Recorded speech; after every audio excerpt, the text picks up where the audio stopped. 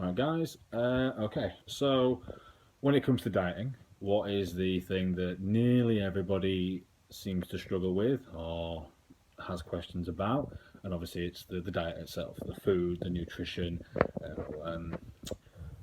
Why do I have to eat rabbit food? I eat very little and I don't lose much weight. I don't know what to eat. Should I do zero carbs? Should I cut out this? Should I do that? Okay, I'm just going to go through everything I eat during a prep. This is to achieve ridiculously low levels of body fat, and this is the food I eat pretty much all the way through. If there are discrepancies with that, I will obviously be honest and say why I'm cutting something out and the reasons for it. But I'll just show you now. Okay, I'll start with the fats. My main sources of fats in my diet are nuts and nut butters. Avocados, obviously I use a bit of fry light to cook my food in.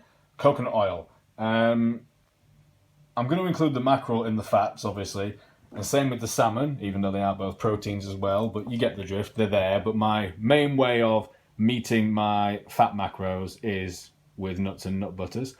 I'm not eating nuts right now because I'm saving that for later. That's a little diet trick, just very common sense. But when you're eating nut butters on things, you're getting them in quite easily. But if you switch them to nuts, you're eating something. You trick yourself into thinking you're eating a bit more, but it's a good way of changing things up and saving some calories without losing any volume. But we'll talk about that another time. Carbs that I have, obviously rice, white potatoes, oats.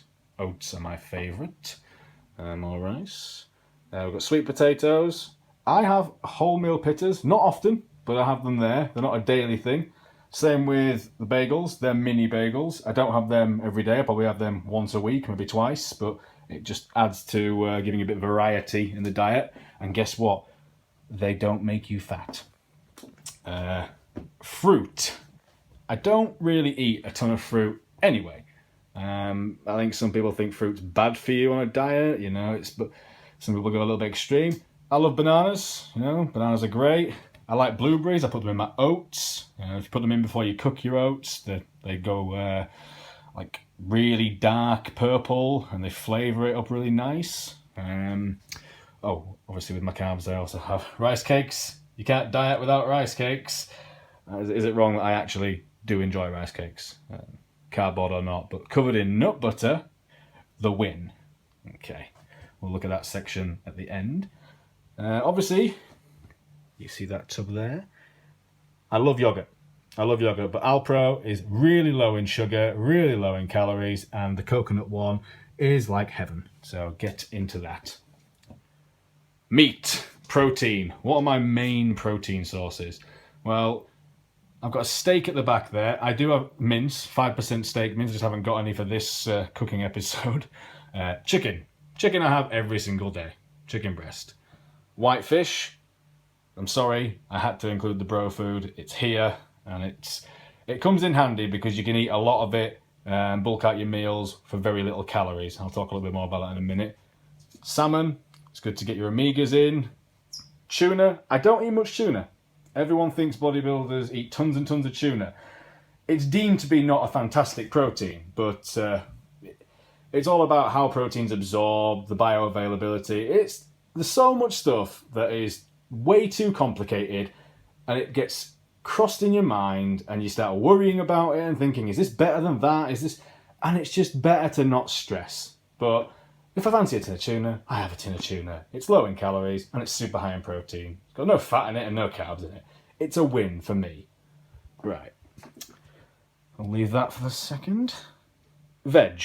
I don't eat tons of veg in, say, the off season.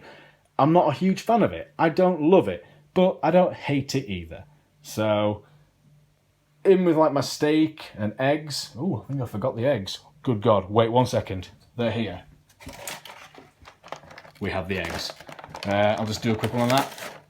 Eggs, at the start of prep, I generally have quite a lot of whole eggs. I get my fats and my protein in there.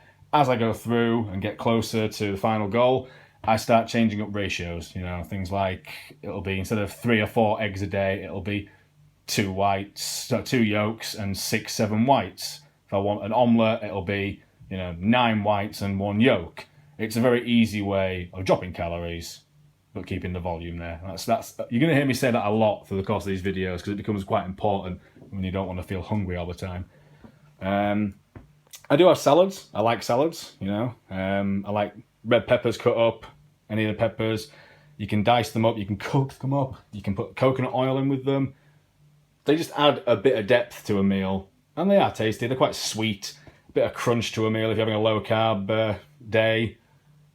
All these kind of things are just going to be things that give you a bit of texture to your food, and it's quite important because it can get boring, but as you can see, it is not, oh god, you eat the same meal 6 days, 6 times a day. It doesn't work that way. You don't do that. But the veg. My favourite choices of veg are green beans, broccoli, spinach, and carrot and swede. This is a new one for me. Never really been into it before, but it's different. And they're all pretty low calorie. I go for about 100 grams or whatever serving of veg 3 or 4 times a day. I don't have veg with every single meal. That's just a preference. I get a bit bored of it. And the more veg I eat, I do get a bit gassy. So look out for that. The more fibre you're intaking every day, it can get a bit hectic down below. This is basically all I will eat through a prep. I don't really veer from these foods. I don't change, but this is 85% of what I eat. There's obviously other things, I eat, I consume things like whey protein. Obviously that's going to be in there as well. Occasionally I'll have like some bacon with my eggs as well.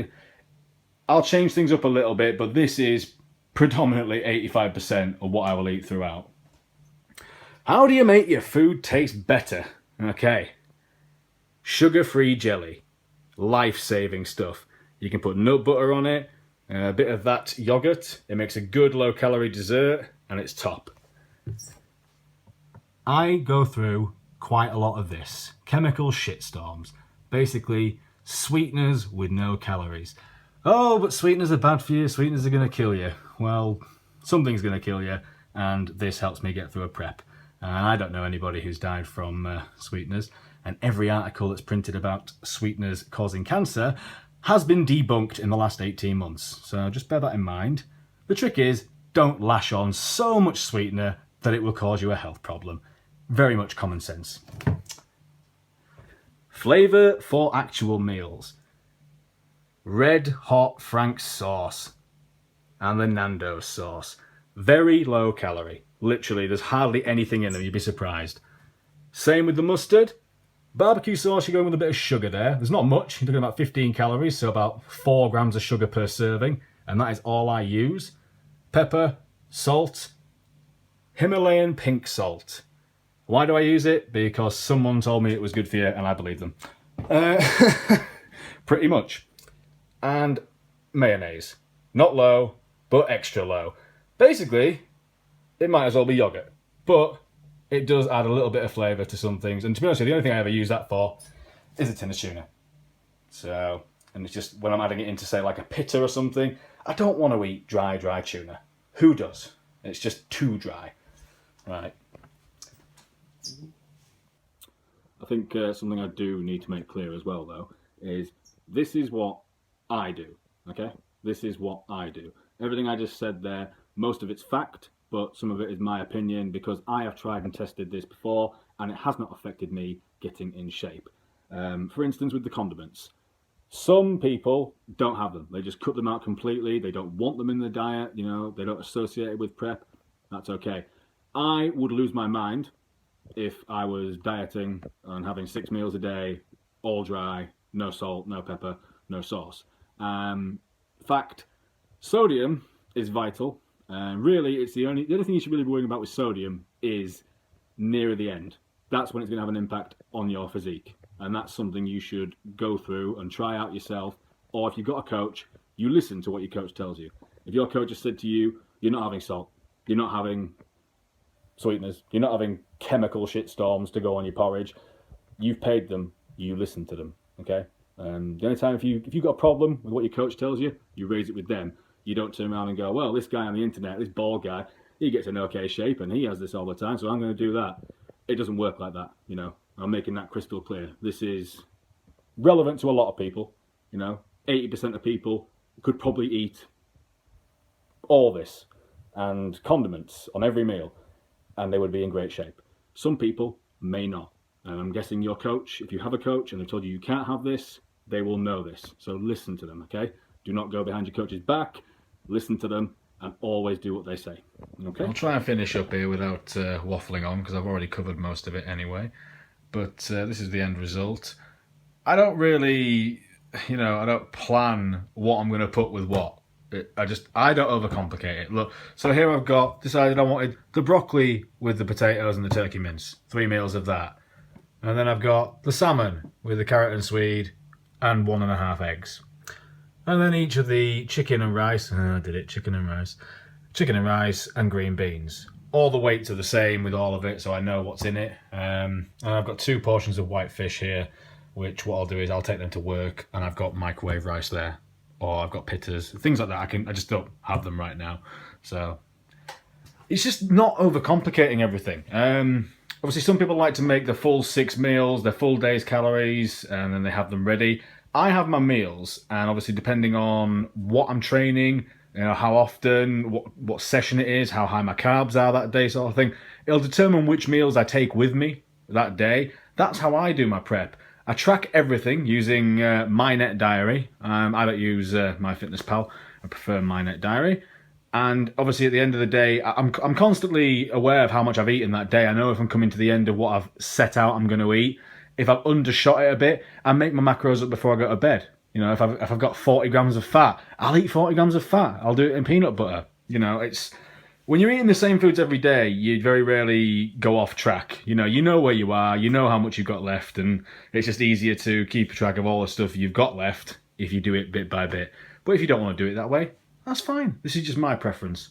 So what I do to make up the rest of my meals during the day is there is food at work I can eat, the rice cakes and peanut butter, things like that. I make it up as I go.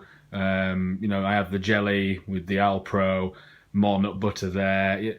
It's just easy as I go. I generally eat every 2.5 hours. That's the sort of time frame for me, and that works. I am using some whey protein at the moment as well. I have about 2 scoops a day at the moment. When I get hungrier later in the diet, I will start swapping protein powder for actual protein, whole foods. That's just what I do. Let me think. Wasn't really any need to have me talking while just pointing at that food for the last 2 minutes. So, now you can look at my face instead. Yeah, I'll leave them out to cool now. They'll go in the fridge and they're there for me to attack later. And that's it. Everyone overcomplicates stuff. If you know what you're eating every day and you've got a good variety of food, you won't get bored and you won't overeat. So, you're going to see results. It's really that simple. Everyone always asks, doesn't it take forever to cook? I don't have the time to do all this. That saves me cooking now for 2 days. I don't have to do it again. So it's Sunday now. I won't have to cook now till Wednesday. It leaves me more free time. The worst part, do you want to know the truth? The behind the filter, the no bullshit. You know what the worst part is? The fucking washing up. Look, I was doing that as I went along, and there's just more. It never ends. So, hope that was useful. If anybody thinks I didn't cover anything, if you're confused about something, if you want to know a bit more in detail, if you ask me the questions, what I'm going to do is, if there's anything miscellaneous by the end of this prep or even in a few weeks, I've got enough questions, I'll do a Q&A. I'll just literally read out the question and it can just be completely random, miscellaneous, but the answers will be there as best I know or how they apply to my prep. But now I'm going to eat and I'm going to go to bed. So, cheers guys, hope that was helpful.